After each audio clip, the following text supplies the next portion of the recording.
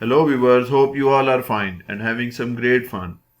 In this video, you are going to learn how to highlight every other row in Excel. So we have a table and we will apply this function on this table. First of all, highlight this table or select this table and then go in conditional formatting and select the last option, manage rules, and window will be open and click on new rule and select use a formula to determine which cells to format. Click on this and here you have to write the formula. The formula is equal is even, start the parenthesis and write row in it, and again parenthesis, close this twice.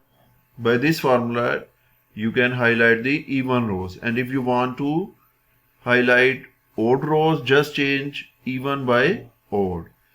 And from here, the format option, you can choose the color whatever you want. Suppose I am selecting this gray color and click on OK.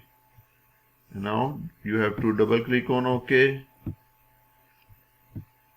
and see every other row is highlighted into the color we have selected. So this is how you can highlight every other row in Excel. And if you want to remove this highlighting, just go in conditional formatting and clear rules, and here you can see the option clear rule from selected cell or clear rule from entire sheet. Click on entire sheet and you can see it is removed.